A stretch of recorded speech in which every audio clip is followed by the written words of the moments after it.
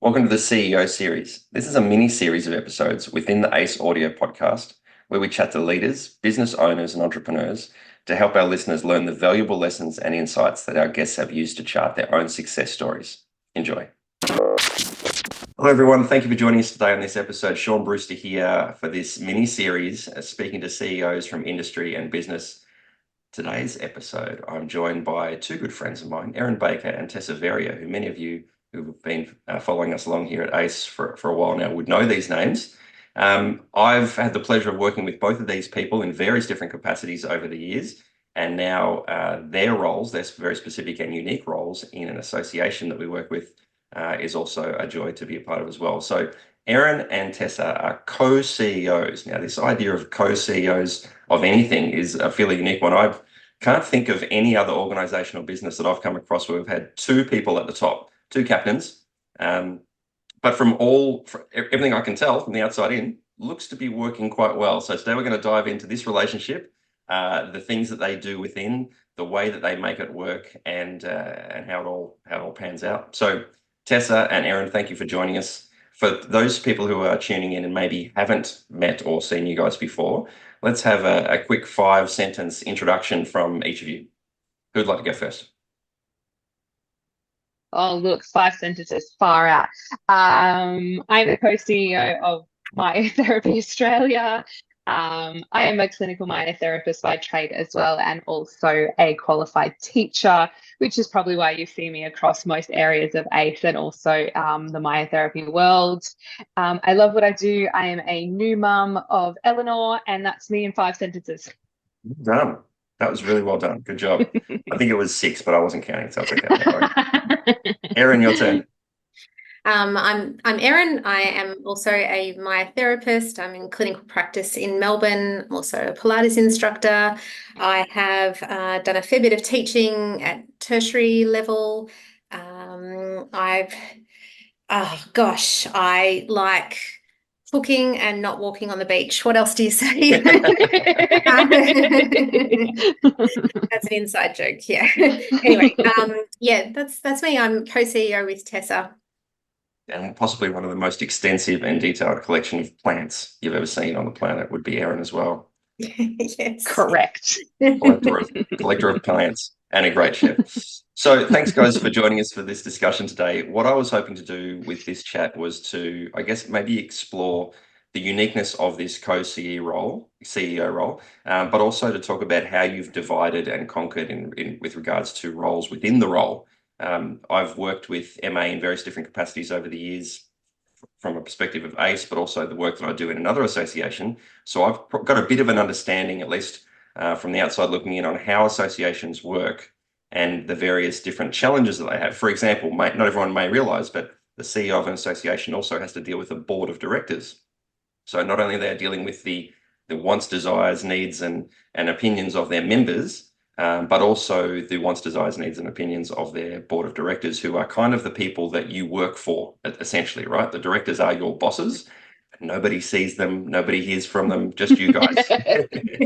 So you have to deal with their thoughts and input, and then you are the public-facing person at the front of the business of the association. Is that fair to say?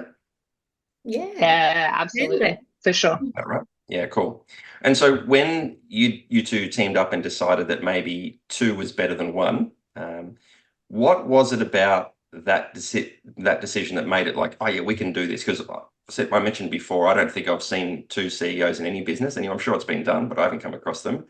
What gave you the confidence and clarity that you two would be able to pull this off? Yeah, this is an interesting one because Erin, look, we were both thinking about it as the role became available. And Erin called and was like, I've got this idea. And I was like, that's when I should have been like, run. No, absolutely not. So yeah, it was, like both of us, I think, were very aware that we had capacity and skills to take on the role, but also are two very aware people that know where our deficits are and are pretty honest about that. And although, we have the capacity as CEOs, we have a team behind us, we have a board behind us, we have the ability to call in professionals in their own fields. We felt like together we kind of made a whole person that had all the skills that would minimize a lot of that additional input that would be required, or external kind of input that the concept of two minds is better than one. So that's where it kind of came from Erin's perspective as well. I don't know if you have a different recollection of the call that came to me, Erin. I was going to say, I remember this phone call as well. I think it's, you know, how you have these moments in your life where you're like, this is really defining, and this is gonna... I remember making that phone call to you and going, hey, what do you reckon?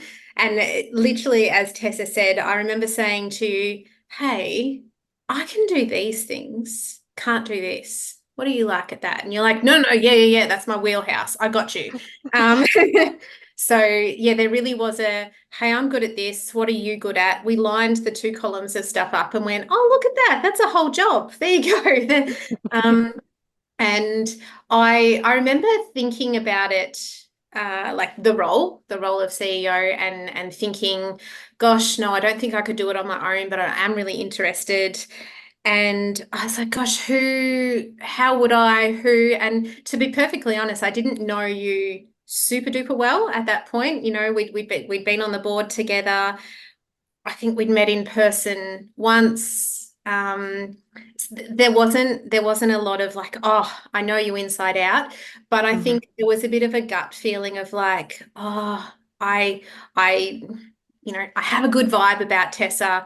I trust that she is a good soul, and that we want similar things. I got from our meetings that we had similar thoughts about what we wanted to see for the association and for myotherapy. So I just kind of launched in a little bit blind in some of those ways. And yes, you're right, you should have run, because now I've locked you in. So yeah, that was how we kind of married things together initially, and then from there we've just continued in the same vein of going, hey, we've got all these lists of projects. What do you want to do? Oh, yep, you take that one. Great. Well, I'll take this, and checking in constantly, and yeah, there we go. Plane while you're flying it, is that the analogy? There could have been a little bit of that for the first 12 months. Oh, look, I think anyone in business, and I guess the association is a business as well as an organization to support practitioners, that anyone would agree that there's a lot of try it and see that goes on in business, and you don't know until you give it a go. And there's often no one else to ask for assistance or help, or like, what would you do in this situation? And so, yeah, of course, that's the philosophy to take. For most of our audience that listen to this podcast or watch the videos, most of them are clinicians in private practice, and they are, just day-to-day seeing patients. Some of them are starting to or trying to grow their own business, or maybe have already established their business. What you guys are doing here is probably very different to what most of our practitioners are doing. But the reason I've got you here today is because you're in the same industry. You're both practitioners as well, so you bring that collective experience and knowledge with you. But a lot of the same skills are transferable. And this, like, you guys are clinicians that have come into a larger organization with a team of people trying to run this sort of large entity. But you come with the clinical skills and background. And I think a lot of practitioners will be thinking to themselves, okay, I'm here, I'm working for this person, I'm seeing X number of people a week. I want to do this, but I've got an itch that I want to scratch, and I want to build a business. I want to build a team. I want to be a leader of some sort. I want to establish and grow something. And that's what I think the value of these conversations are. It's like, okay, what else are there? What else is there? What are the other options?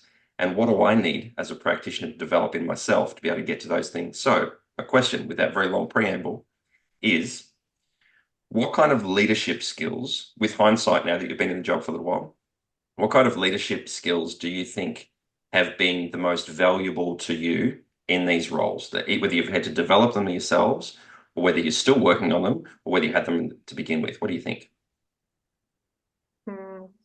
That's a good question. It's funny because Erin and I have, when we look at it, are very different people. So I think we both bring very different things to the table when it comes to this. So if you want to go first, Erin, I'll let you come forth with your emotions. Yeah, this is how we work. I bring the feels. Tessa just brings the facts, and then together We have a full thought at the end of it. yeah. Right. So I would say I bring the emotion, I bring the feeling. But look, the skill set in particular that I think is really valid is communication, open, honest communication, and being able to kind of say, look, I'm saying this and I feel safe saying this, and I'm prepared to pull it apart, discuss it. I'm not going to stand on this hill and, no one can move me. Having open communication, being open to change, open to discussion. I think that's really served us really well.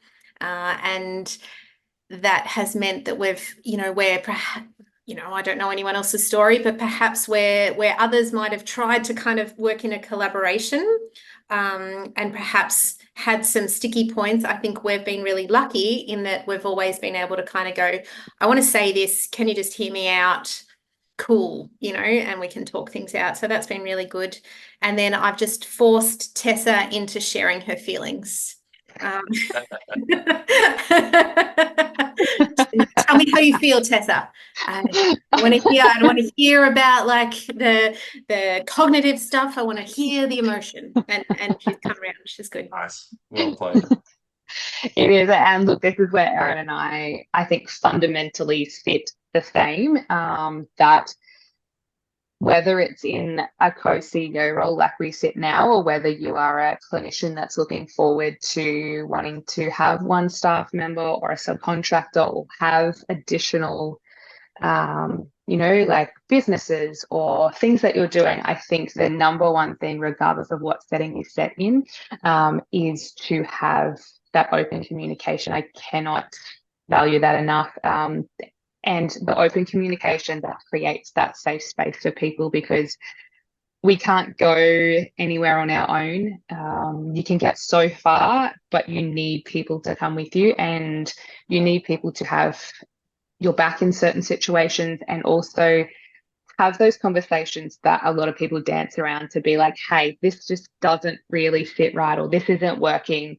And know that the other person is going to go, I hear you, I don't agree, but I'm still going to have your back where needed. And the same, that then there's a set of ears that goes, okay, cool, I hear you. And right now I understand your opinion is more important, or what you're needing from me is this. So I think that capacity to communicate with people, but understand people's communication and reasoning when they come to you. And I always say to Erin, business, just sometimes you cannot deal with emotion. Like it will run you down if you take it all on board. And it's not that I don't have a heart. I do have one. I think it is taking those things on board, that nothing is personal in this world. I think that if we can truly leave space for people to have those thoughts, have what they're about, and create those safe spaces for people, it's just a much nicer area. And it's not removing the emotion. It's just maybe removing expectations and removing, or having the flexibility to be like, okay, cool, well, I can see where you're coming from, and let's explore that. Or look, right now I can't explore that with you because of XYZ. So I think that open communication, explanation, and flexibility really is valid in any leadership role that you're wanting to take on. And that's not just for us as CEOs of an association. It is for any level of leadership, absolutely. Whether you're a team leader, whether you are a clinic manager, I think it is the number one most valuable thing. Tessa, I got to say that was a very touchy-feely response for someone your parent. It was touchy-feely. Yeah, Erin has got to me. Trust me. This morning she's like, "Now, Tessa, I'm going to bring up emotions." I was like, "Get out with your emotions." I was like, where is the data? Trust me, there's data on it. There's data on being a good person and allowing space. And that, it's about creating a team that wants to be with you realistically. Like, they are the people that are your business, and they are the people that continue to allow you to have a business that keeps you in your role. So it's not that the client is always right or the staff member is always right, but it's we're all in this world running along, living our lives, and we spend most of our time in our jobs. And why does it need to be a horrible place? Like, make it an enjoyable place to be in. And it's a really easy thing to do if we're able to see outside of our own motivations, I think, sometimes. That's a great response. Okay, so with that in mind, you've both been in the job now for how long collectively? We're about how many months, years? We've hit the 12-month mark together. Mhm. I'm about 18 months or so. Oh, you were Yeah, doing the caretaker role. So yeah, okay. So a bit over a year. In that time, you've established that clear, open, confident, and collaborative communication is really important. What would be some of the skill sets in the leadership space then that maybe you think you each need to work on based on the role that you've got, the team that you're leading, the projects that you're trying to push forward? What do you each individually think? Because I think a lot of our listeners see people in leadership roles and go, that person's obviously knows what they're doing and they've got it all figured out because they're in that job and they wouldn't be there if they didn't deserve it. But speak to any person in any job, anywhere on the planet, they've all got insecurities, they're all lacking something. What are the things that you currently lack but are maybe working on to improve upon? Yeah, look, this is a good one. And I think Erin and I probably do this well. And that's why, like, we know where our weaknesses are and where I'm like, not my jam. Want to pick that up. But it allows both of us to know where our insecurities are and then be like, oh, cool, I could be a little bit more like Erin. I could find my heart. I think for me, there's a few things in terms of leadership. I'm a half empty type of person, half glass empty type of person. I will be, yeah, but what's the worst case scenario here? Because I prefer to be prepared for worst case. So sometimes I'm probably in that area that may look at things like worst case scenario, and that may avoid me from taking some risks in certain areas. There's times I take those risks, but they're very calculated. So I think at times I'm a little bit more of a pessimist rather than optimist when it comes to these things. And that comes back to me wanting data, wanting facts. And if I don't have them, I'm very unsure as to whether that's going to be a good move forward. So I think that's certainly me. And in terms of physical skills, not necessarily in leadership, writing, wordsmithing, English, communication is not my jam. Trust me, nothing at MA gets written by myself. I can write when needed, but not at the same kind of academic level that I know Erin so beautifully writes at. And I've always known that's been my weakness in those areas, that I can voice anything, but having to write it into those areas and get it out of my brain sometimes onto paper becomes a bit of a struggle at times. So there's a lot of, Erin, please proofread this before it makes it to any public facing area. So that's certainly my two areas I know that I would love to continue just learning in. Numbers and words, they're two very different things, aren't they? And they use different parts of our brain. So you listed two things there, Tess. One being your ability to articulate things maybe clearly, like the words, language and stuff, and we all struggle with that at times. And the other thing was, sorry, I've gone blank here for a second, but the first one was on, sorry, say again? Risk averse, I think. Risk averse, that's right. Sorry, optimism versus pessimism, that's right. Yeah, now, those are both two things that you probably balance each other out on to a degree. So back to my question, Tess, do you think those things are things you need to work on, or they're just things that you're aware of and then manage for? Yeah, look, realistically, in the position that I am now, and probably I've been in leadership before CEO, which is a little bit different to Erin's situation, I'm very well aware of them, and I know if there are projects, it's on my mind. But I think there's always an aspect of the importance of having a little bit of a half glass empty attitude at times, because we need to know what the worst case scenario is. So I think I'm very much aware of them, but at the same time, I think, I know what I'm also very good at. And if there's someone like Erin that does the writing, then let's just get Erin to do that. And I stick with what I am good at those times. So if there is a team member of mine that I know has those skills and is just far better at doing that, then I'm quite keen for them to pick that up. There is a team around me and it's there for a reason. It's because I don't have all the skills. So as much as I love to continue learning and will continue doing that, I think you do need to know at what point you have people around you that just simply will be better at that, and to bring them on board. Interesting, isn't it? I think there's a lot of people will see their, let's just say, strengths and weaknesses, and they'll go, okay, I'm good at that. I don't need to worry about that. I'm bad at this. I need to focus on this, right? And I think what you're saying there is, correct me if I'm wrong, is that I'm aware of the things that I'm not great at. That's okay. We have a strategy for that. No problem. I don't need to get better because you could spend time working on your optimism. You could spend time Yep. working on your written language. You could but would that be the best use of your time? And I think that probably in itself is a leadership skill, is like recognizing where best to spend your time. Where is the value proposition for you in your time usage? And it's probably not in working on your weaknesses. It's probably maximizing your strengths. I think Yeah, that's absolutely. fair to say. Yeah. Yeah, Cool. definitely. Erin, where are the gaps in your knowledgeability, skills? There's probably none, knowing you. You're very, very good at most things. No, I maintain that Tessa makes me look good, and this is just yet another example where what I'm going to say is the compliment to Tessa. So Tessa is, what is the worst case scenario? Let's think about how risky this is. Let's go tentatively. And I am like, this is super exciting.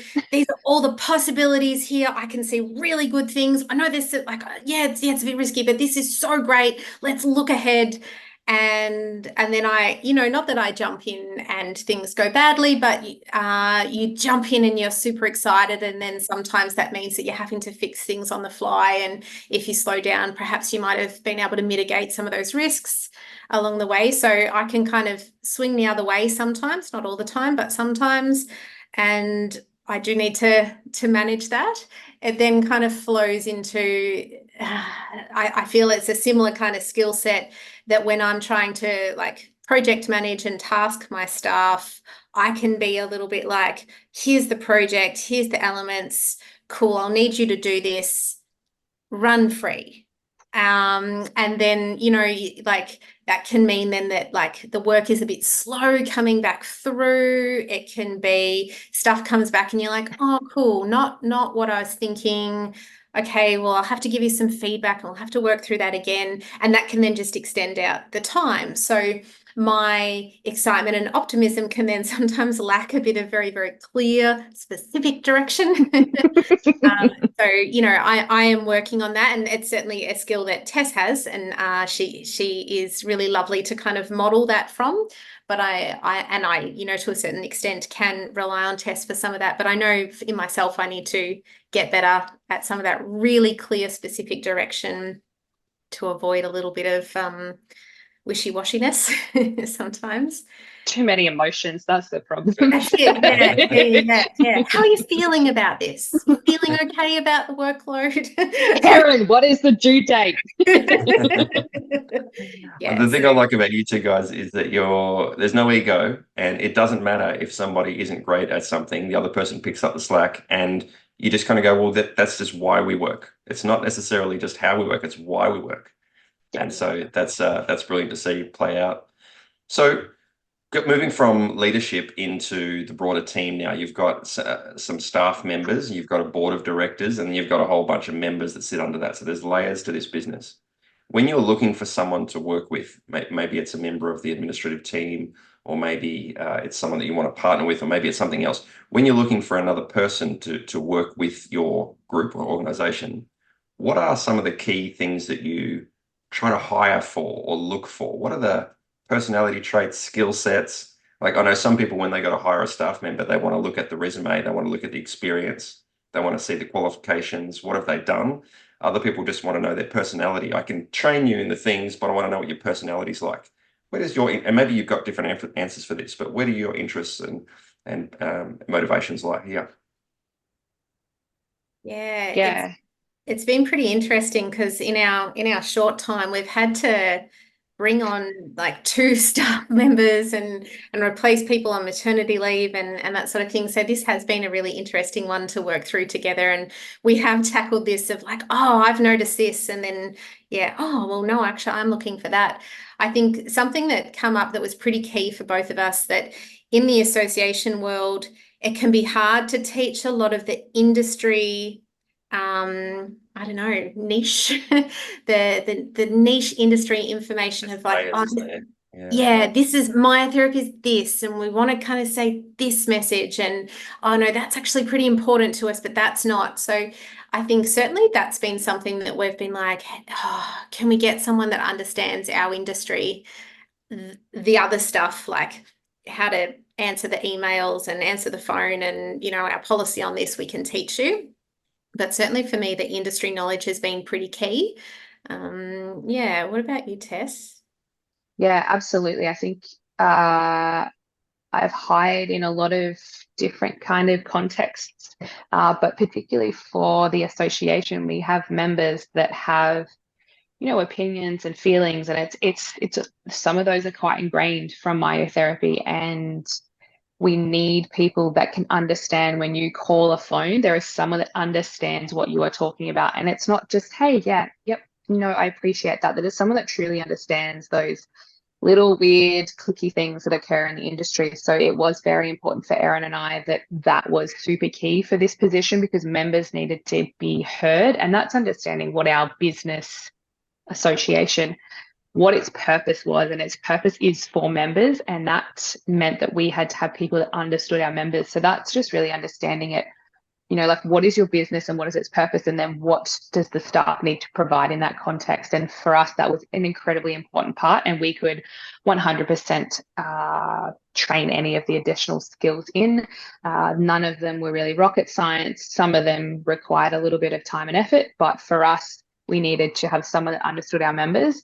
And we do have I think we have a really tight-knit team. We are a virtual office, but I feel like I live in everyone's lounge room constantly. So we aren't a disconnected virtual office. We are so in everyone's face all the time. And I think it was really important for us to invite people into that space that linked with the rest of our staff and continued that same vibe that we were working with. And I think when it came to associations as well, Erin and I very much stepped into the role wanting to be different in the association world. We didn't want to rerun the same association, old school, that was running, and we wanted something fresh and new, and we needed people that understood that, and that required a very specific set of people with set skills. So honestly, we've lined up, we're on a small budget. We call it our shoestring budget. We love it. I think it gets chopped off yearly, but that's okay. That we have a lot of multitaskers, so we needed to make things work for our team. So we couldn't just hire someone that's like, great, you're really good on Facebook. It's like, I need you to be good at answering phones, emails, social media. I also need you to be able to do. So we very much nearly matrix our staff skills and make sure that our team is loaded with all the skills needed for our members. So it's, that's kind of, I guess, how we came down to it. But realistically for us, knowledge, I couldn't really care what you did in high school on your resume. There's a lot of that comes through, but for us, it was like, can you fit our team, and do you have the skills, and are you flexible in your ability to learn them if you don't have them? Yeah, gotcha. That makes a lot of sense. And I think that's a good takeaway for anyone listening. If they're starting a new clinical practice and they're like, okay, I'm busy enough now that I need to hire someone to run reception. That's usually the first hire, right? Put someone on reception. Absolutely. Or it'll be someone to take on some of the client load, and then you kind of share that depending on how heavy the reception work is. But let's just say the reception role is the first hire for somebody, and then there might be a couple of practitioners in there. Then the person you hire, you ideally want to multitask that person where possible, because someone could be doing a bit of that marketing that you're also doing after hours at home, in the wee hours of the morning.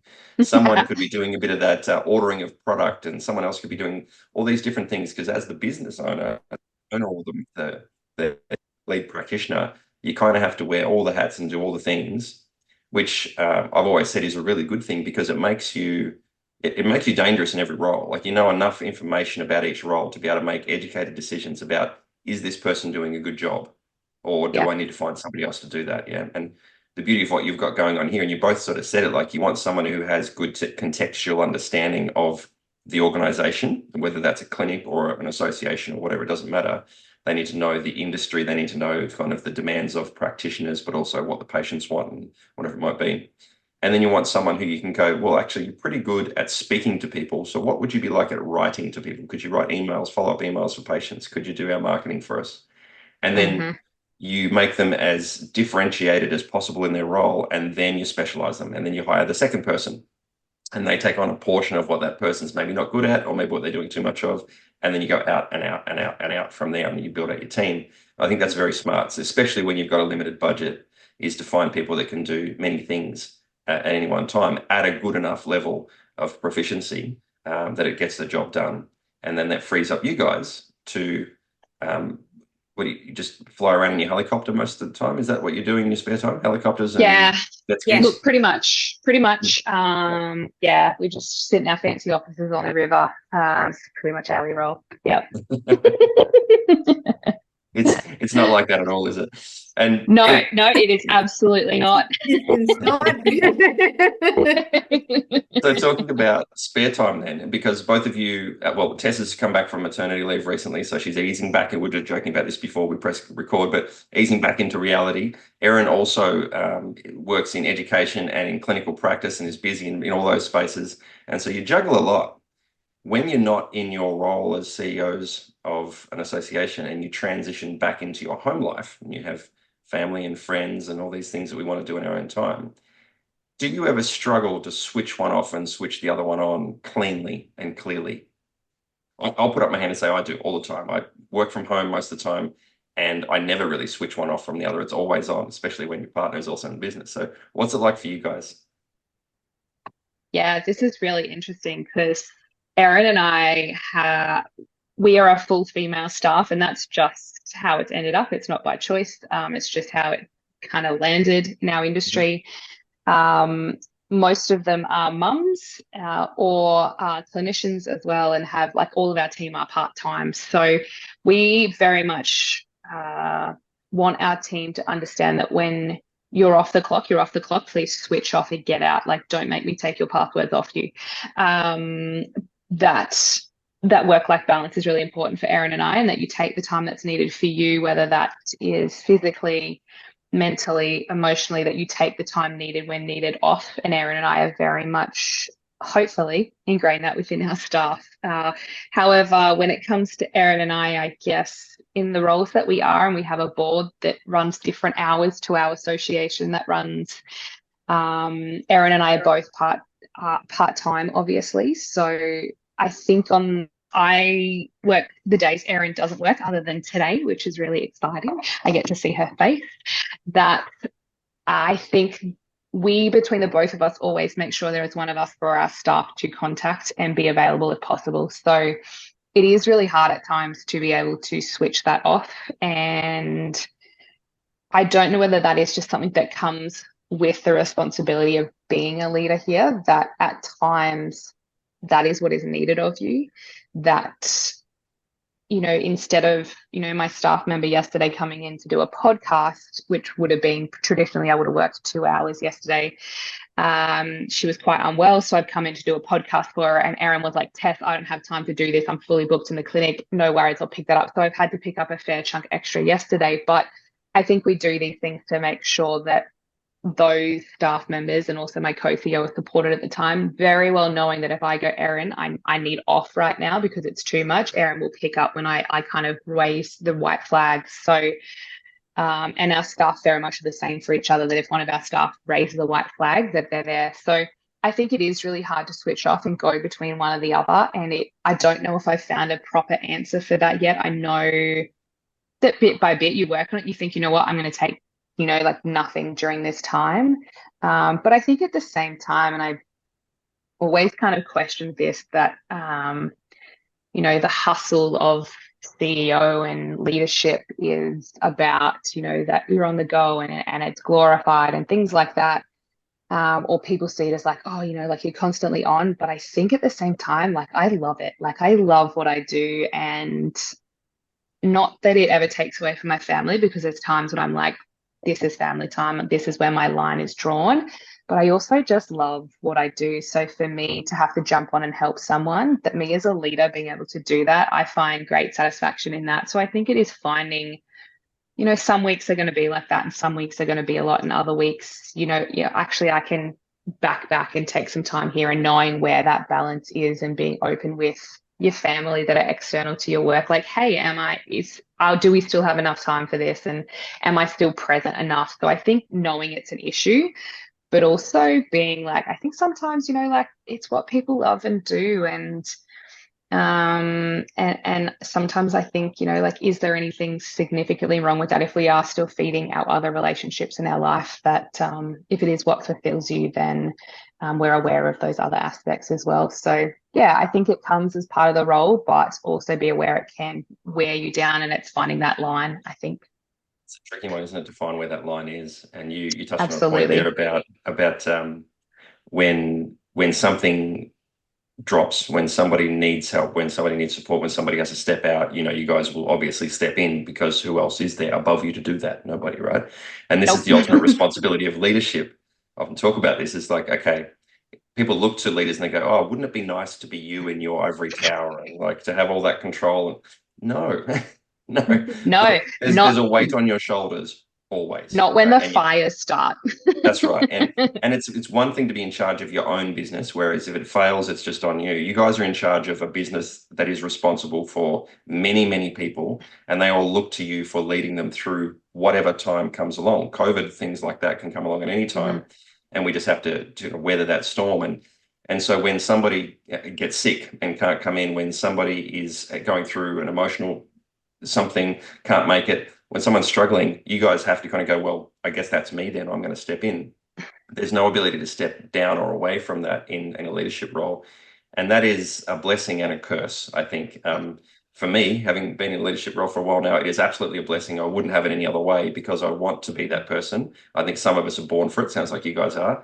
But at the same time, it's very difficult to know where the line is, because every time you step up to take over or something for somebody else, it costs you in another part of your life, right? We've got partners at home, we've got families, we've got friends, we've got social lives and other things, and there's a cost benefit ratio in everything. And the more we put into these things, the more it costs us in other areas, and that balance is sort of what I'm leaning towards here. Is like, how do we find that? I don't think anyone's ever given me like, oh, it's easy, I just do it like this, right? Because if you had said to me, oh, I work till 5 or 7 or whatever the time is, and at that time I just kind of clock off, and the world can stop until I clock back on again. That's not how it works in business. It's definitely not how it works in associations. I'm on a board of directors for another association. We'll have meetings till 10 o'clock at night sometimes, and there's emails going back and forth on weekends. People have to respond. There's work, and then there's the other work that you do in leadership roles. And so, Erin, I'm interested to hear your perspective on this. Is it different or the same as Tessa's? It's certainly very similar. I think the thing of having to step up when something goes awry. That's how I got into this mess. It really is, right? Yeah. It really is. And so I think I kind of take, and no less than either of you guys, I take my role as leader really seriously, in the sense of, this is me, like this is on me. And if something hasn't worked out, or my staff member needs support or whatever it is, I'm like, yeah, no, like, put your big girl pants on, like, let's go, we've got to make this happen. And I've had many a conversation with my partner and got in trouble many a time for still working, and dinner hasn't been cooked, and my partner arrives home and I'm like, just give me a second, I've just got to get this done, and I get told off, and I kind of get pretty defensive sometimes, and I go, it's my job, like, this is what I signed up for. So I'm not sure if that's striking good balance at all, but I think I feel it deeply in my bones, and like, call it passion, call it drive, call it whatever you like. But I think certainly, yeah, as a leader, you can be called to that. So I think then the onus just becomes on you to, yes, like, hold yourself accountable, but then, yeah, find ways to balance it out. So I am a pretty like, regimented person, in that I quite like a rough kind of schedule. So I do try and fail to hold myself accountable to, okay, it's a Tuesday, I'm not at MA on a Tuesday, I'm not worried about the emails. I'm not worried about what's going on at Teams, but it, doesn't always work. But I do try to put some of those little things in place for myself to kind of to manage that. And so far it works okay. But I think like at the end of the day, there is that passion and it is a drive and it isn't always a burden. And so, as sort of Tessa was saying, as long as the people around you in your world still feel loved and supported and get what they need from you, you're getting what you need, then, I think it's okay. The idea of balance is very subjective. Sure is, isn't it? Yeah. And I think it changes from time to time too. I've certainly experienced both of what you've just been saying here. And, the whole thing of like, you work really hard at certain periods. There's seasons of your life where you work harder than others. I know when I was starting ACE, it was 23 hours a day all the time. Like there was just very little sleep, very little anything else. And that's what you do when you're scratching together to build something. And then it starts to build momentum. You'll have a season where things are moving quite well and you sort of step back a little bit. And I think the people around us sometimes think in those seasons, oh, this is what it's like now. And then it changes to a new season and then you disappear again at times and you're busy again and you're being pulled away repeatedly. And I think from my own personal experience, the solution for that has always been try to see as starting to change or for even a basis when the demands are starting to change and over communicate ahead of time. It's like, oh, I think it's going to be quite busy next Wednesday, Thursday, Friday. I'm probably going to have to work quite late. Just giving you a heads up. Is there anything I can do between now and then to make that easier on you? And 9 times out of 10, that's worked quite well for me. But of course, what goes on in our heads, what goes on in our heads isn't always the reality outside of that, what people are seeing. So it's one thing to communicate it. It's another thing to actually do it so that they can change over time, of course. I think it is like, it's very similar for us as well. And I think that's for our personal, like our lives in terms of like, us keeping movement. And if it's, like what Erin and I personally love to do in our spare time, that there are some things that are non-negotiable that I always put in, like I want to make sure that I am XYZ moving, because for me, if I'm not mentally sound as a leader, I cannot then give to my team. So there's things where I'm like, if this does not get done, I can then not perform my job correctly. But I think you're right, Shaun, that I kind of see it as like a little pendulum to be like, okay, cool, there's more in this bucket at the moment, which just means there's sometimes some of these things drop off and they lean back up. And I think you've got to be comfortable with that at times. And when you are in that slower period, to be like, great, what can I do to help in these areas? And it comes back to communication again. And sometimes, like if it is, for me, like I'm very big on prioritizing my movement, and health is a really important thing for me. So I can continue giving, and I just put them in my diaries as appointments. So I physically, like there's no moving them. It's an appointment that it is to go for a walk. Or hubby and I always have one night of the week is date night, and it's a non-negotiable. You don't work late on that night. It is what happens and that's, making sure that time still gets in where it is. So they go in my calendar as appointments. So because if it's an appointment, I won't move things. That's how I tend to get around those as well. But I think it is a moving pendulum that is just appreciated at the time. Nice one. I think the other thing that I've found really funny from our time working together is that I really love Tess.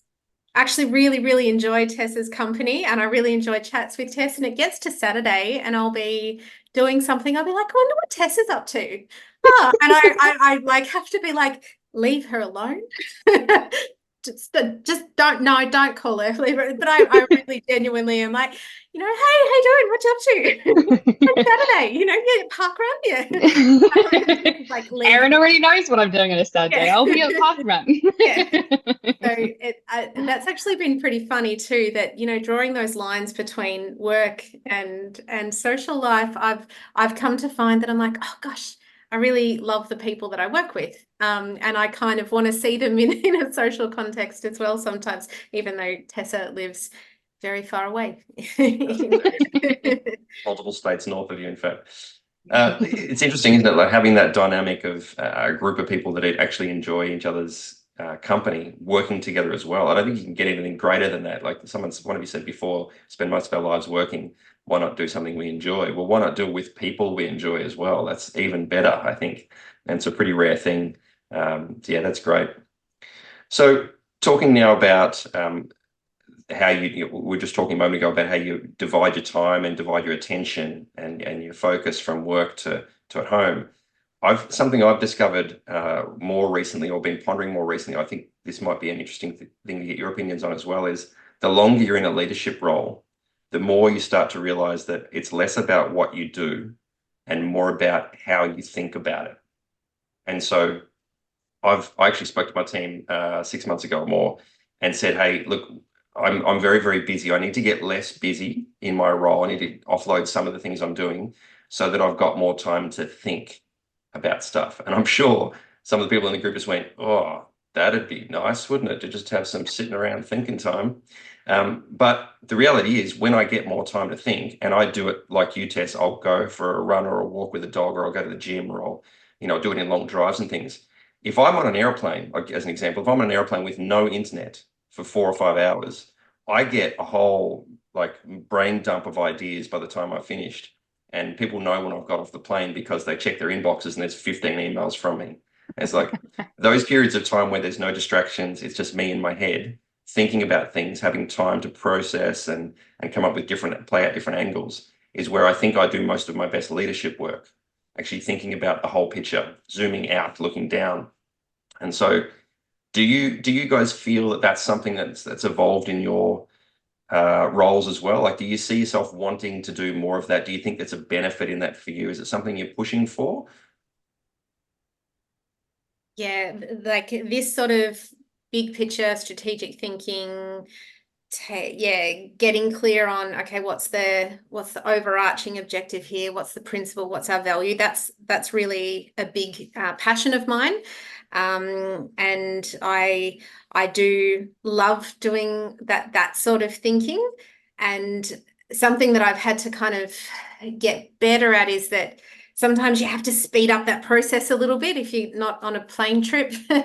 So yeah, it does require time, and you don't want to do it at 2 o'clock in the morning. Early on in this role, I was waking up in the middle of the night and being like, oh God, that's such a problem. How are we going to fix that? And not productive, essentially. So getting better at kind of doing the thinking in logical times and then getting to those places a little bit quicker than sometimes it taking super, super long and needing to see projects moving along. So yeah, that's something that I think is really valuable and really important in business, because if you don't have some of those big picture ideas and think it through, then it's hard to get the small stuff rolling.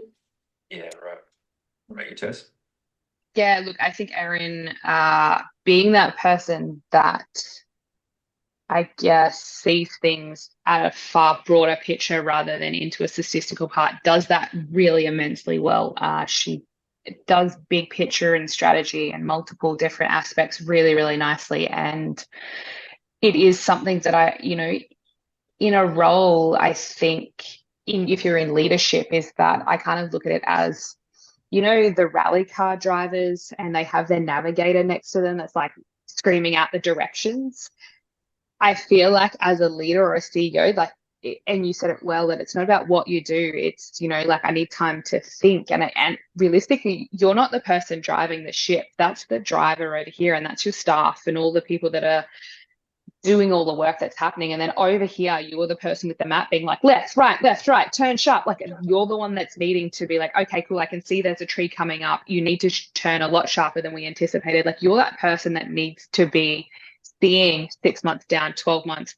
Erin and I had a conversation today that's 6-8 years down the track, that you're the person that's needing to do that to prepare your team for when that gets here. And I think you'd need time to be able to do that, because it takes, a lot of aspects of like, well, cool, what have they done over there? And how does that fit into here? And what about the perspective over here? And it takes a lot of time to put that all together to, write that map that you need to tell your driver. So I think it is a super valuable part. And I think it's the part that clinicians in business or that are moving into business forget, is that they get on this hamster wheel and they look down and they just keep running and they're like, this is fabulous. And then they like open their Xero account and they're like, holy shit, not fabulous.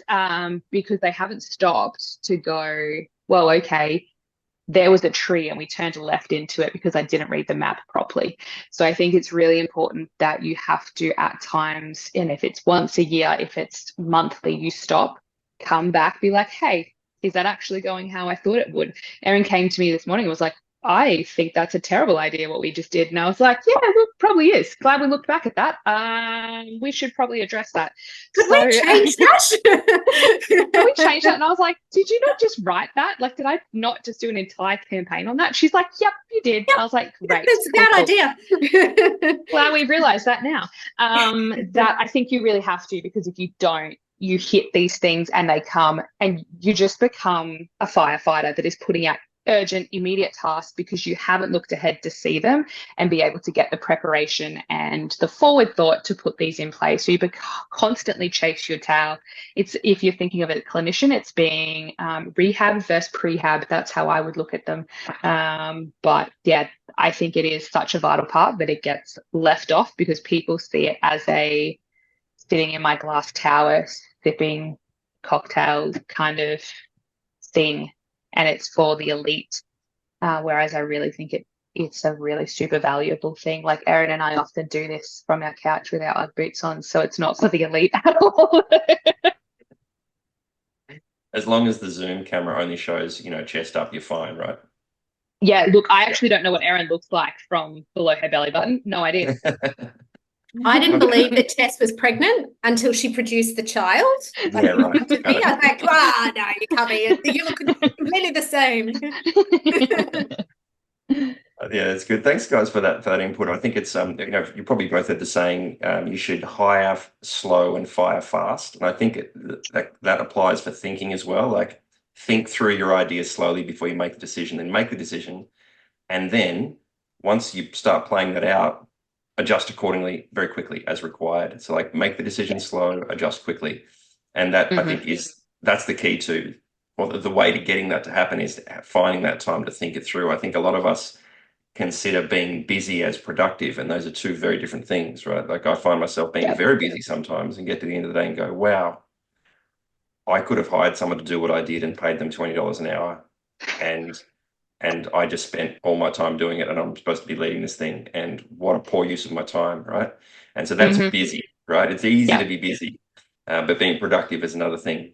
You guys sort of heard of the book, The E-Myth?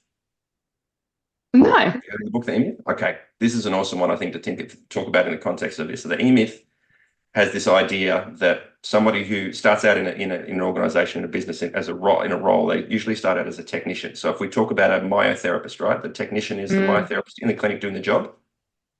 And then they have this entrepreneurial moment of enlightenment where they go, I could do what my boss is doing. I could go and start my own business. And then they leave that role as technician and go into management or entrepreneur. There's kind of three levels: technician, management, so like clinic manager, and then entrepreneur would be the person who starts the business from scratch and runs it. The problem is, a lot of technicians, like all of us, we all started as technicians, have this brainwave moment. We go, well, I could just run an association. I could just start an education company. I could open a big clinic and run a whole chain of practitioners. I could do all of these things. And then they forget that actually the training and their experience has been in the doing of the myotherapy or the massage or the physiotherapy, whatever the practice is. And they just jump from one thing to the next. There's a chasm between those layers, like even between technician and manager of other technicians, there's a vast crevasse full of dead bodies in the middle of that, right?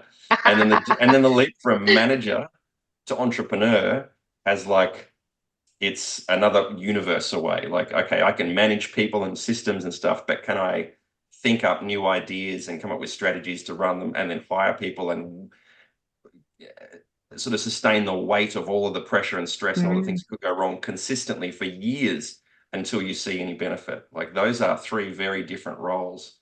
And I think a lot of people might be listening to this podcast and thinking to themselves, well, these are three people that have started out as technicians, as mytherapists or whatever practice they might have done, and then moved on to different roles into different organizations and now find themselves in a leadership role. Well, if they can do it, I can do it, right?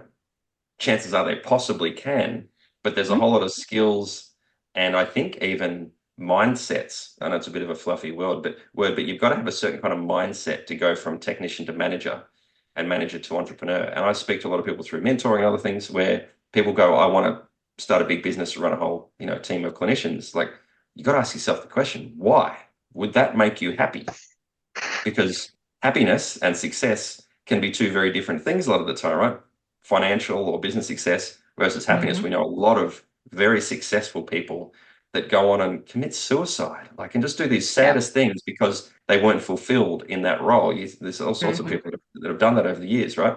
And so what do you think it is that maybe the personality traits, the perspectives, all of those kind of soft skills, and this might be a tricky one for Tessa because she doesn't do soft skills. She's facts and figures and numbers. What do you think? Maybe some of those things too. What do you think are those things that you need to look inward and go, that's what I need to be able to go to manager, and that other thing is what I need to go to entrepreneur.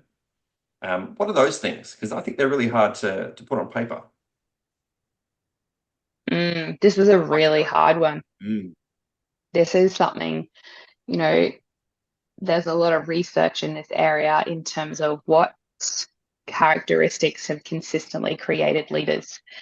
And I think it's a very difficult question if we have so many different types of leaders. And I think certain skills are required for different types of leaders. And a lot of people, I guess, go down this path because they don't like the leader that they currently possibly have and think they could do it better. Could you? Maybe.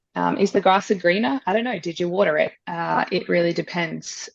That I think for anyone, if you are moving into or wanting to move into those areas, I can do soft and soppy at times. I think you really realistically need to be flexible at all times. And not afraid to fail at things, because I think you probably sit here and think, well, okay, these guys are so successful at what they've done. Why am I here? And it's like, talk to any of us. There have been so many failures before I got to where I am now. But I cherish each of them very well because I've learned immensely from each and every single one of them. But I think you really need to be flexible with what your idea is, because what your idea is today and what it will be in 5 years, 10 years time is going to be vastly different. And I think you need to have the capacity to evolve with that and be okay with the changes that will occur through there. So I think that's probably the first thing, is you need to be very flexible and very okay with change, because it's coming and you just need to be prepared for it. It's not when, it's if. So being a person that can kind of wear that. Some people like structure and they like to know what's going to happen. Leadership is not for you, because it is. Erin and I always talk about the fact you open the cupboard and another damn skeleton falls out in your face and you're like, damn it, where did you come from? You think, this is so great. I haven't skeletons for at least 3 months, and then there's an email that comes through and you're just like, oh my good Lord, what is happening? So I think, one, you need to be prepared to change on a pinhead if you need to. And you're someone that needs to be able to be rational and calm in situations, because when all hell is breaking loose, you are the person that people look to for calm, for direction, for assurance that things are going when they need to be. And trust me, there's been multiple times when I'm like, I have absolutely no idea how we're going to fix this. This is a shambles. And I'm like, yeah, we've got this, guys. Like, I feel strong and confident. And I'm like, I have no idea. So I think you really need to be someone that remains calm. Like, you need to be the person that's first on site at a first aider, and you need to be there. You need to remain calm and then logically sit back and have a look at those things. I do, and I still that sometimes emotions get in the way of that, and that's where leadership becomes an issue, that it becomes personal, or people are like, well, I don't believe in that. And it's like, it's not time for you to have personal beliefs or emotions about someone you don't like. It's about you being able to sit in front of something and logically think that out. I think if you're not a logical person and you can't deal with change well, this is not for you. Yeah, I think that's probably where the strength of you two goes together, right? Where you've got the analytical, just let's just get on with it kind of thing of Tess, but at the same time, Erin's softer skill set, more emotional, feeling, communication skills, allows you to then take that knowledge of you need to do it, but do it with people and do it effectively with people and get that message across in a way that they can actually hear you. So I think that's the beauty of your combination here is, fantastic. Erin, what about you? Do you have any thoughts on this? Yeah, this is interesting that you bring the chasm of, these leaps between positions up, because it was something that I spent a lot of time thinking about before I took on this role. Because yes, granted, I was a technician and I did own my own business, but I was only responsible for me. I had been in a team leadership position before in like tertiary education. And then other than that, the jobs when you have you're a teenager and that sort of thing, I'd done that sort of stuff, but I hadn't done big office work. And I spent a long time thinking about, okay, well, what type of leader do I want to be? How do I want to do this? And it's interesting thinking about those chasms. I kind of had this image. I was like, let's walk on the bridge made by the bodies that are filling that chasm. Let's look at how I've been led. What did I like? What are some books on leadership? What can I take from that and apply it to me?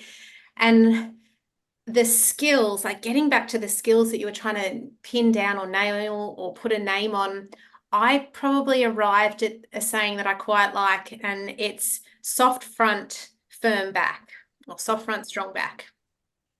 And that's the skill that for me, I try to encapsulate in all of my leadership, and it's lots of the things that Tess was touching on.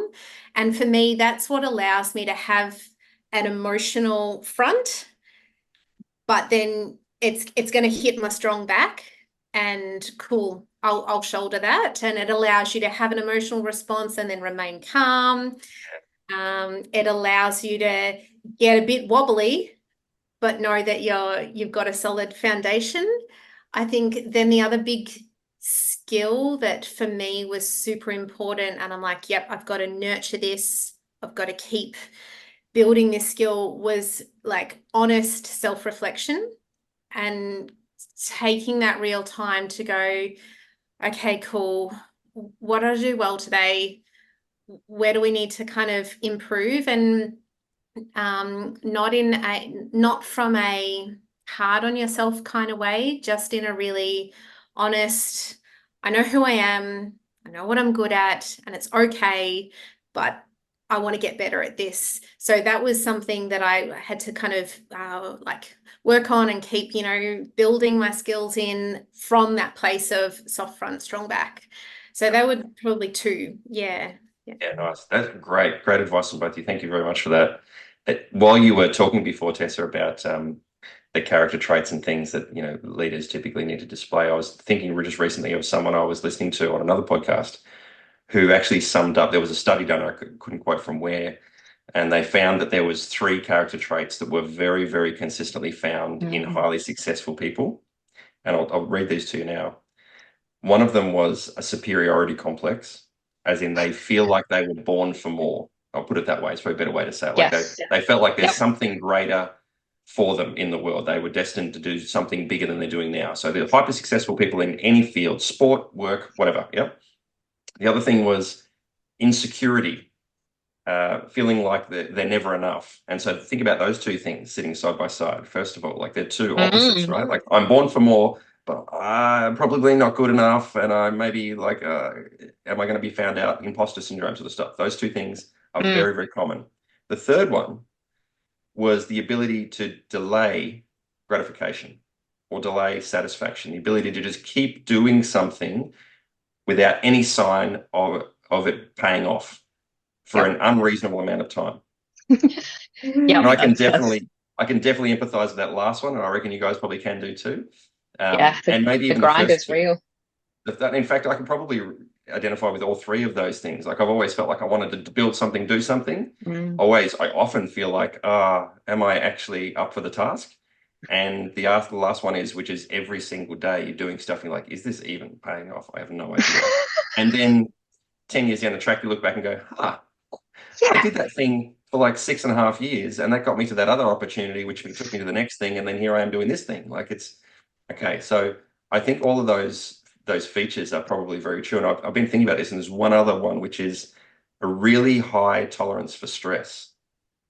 Like the ability, and you said this before, Erin, like the soft front, strong back, the ability to, I'll come at you with my heart, but if you get heavy enough for me, I'm going to be able to, I will be able to sustain the weight of this thing, whatever it is.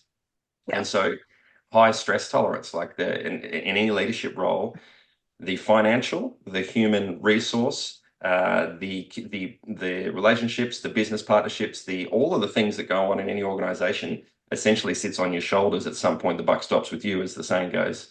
And so a really high tolerance for that stress while you're doing the work that is seemingly unreasonably long for any kind of payoff is the story of leadership. And I think today, if we've done nothing else, we've turned off everybody from trying to get into leadership because it always sounds like a really bad idea. But look at us three. If you're on the video version of this podcast, there's three smiling faces here. We're all relatively happy and high-functioning people. Well, I say relatively high-functioning. Who knows what goes on behind closed doors? But you wouldn't trade it for anything in the world. Like we love what we do, and you both said that today. But there is a cost. Like, and we've also said that today. There's a cost for everything. And that's coming back to the E-myth, like the myth that we all can be entrepreneurs, I think is just a fallacy. The myth that we can all be managers is a fallacy. Most of us can probably train to be good technicians, but not many of us will become great technicians. Like all three of those different roles have varying degrees of value depending on how good you do it, right? And it's not like everybody should strive to run a big clinic. Not everybody should strive to run an association. Not everyone should strive to manage a team of people. If you're awesome at what you do as a technician, as a practitioner, and you love it and you change the quality of people's lives, which we all do, then you don't need to change. It's like people think they should always want something more, something bigger. Maybe the thing is just to do the thing that you're doing and do it awesomely and have a really successful and satisfying life. Like leadership isn't always the goal. And I think my point here is like you've got to want it for other reasons than just to have it, is what I'm getting at. Absolutely. And we're doing career like progression stuff at the moment. And I'm always really, a lot of career meetings are like, what do you want to do? Where do you want to go? What do you want to develop? What's the next step for you? And when you go to a lot of leadership courses, they're like, do your staff have areas to progress? And yes, you need to have that for the people like us that want to know what's next. But it's also 100% okay if your staff member goes, you know what, I just love what I do. I just want to keep doing it and doing it well. And it's like, great. Well, how do I keep you doing what you do well? That is 100% okay and equally as valuable as what we provide as leaders. I think, like as leaders, we just provide a different part of society. I don't provide more than what you do.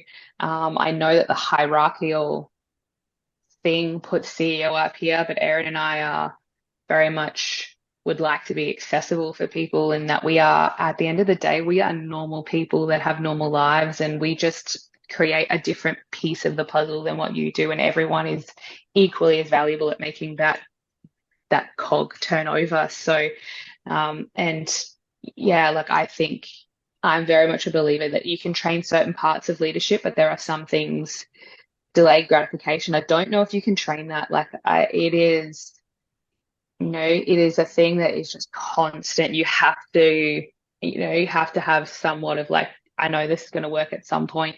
And I often say, like people are like, oh, you've worked in this role, it's stressful. And I go, yeah, but the role has also taught me to be the person I am today. I'm very lucky at my age to have experienced some of the stuff that I've had, because it gives me the mindset I have now to be able to cope with things external to my role, like in my normal life. Like I was part of a very large pile up on a highway, and people were like, I don't know how you had the calmness to make directions in an emergency situation. And it kind of in that section, it's like, well, great, this is no different than any team. What's the priority? What do we need done first? Where are the fires first? Let's put them out.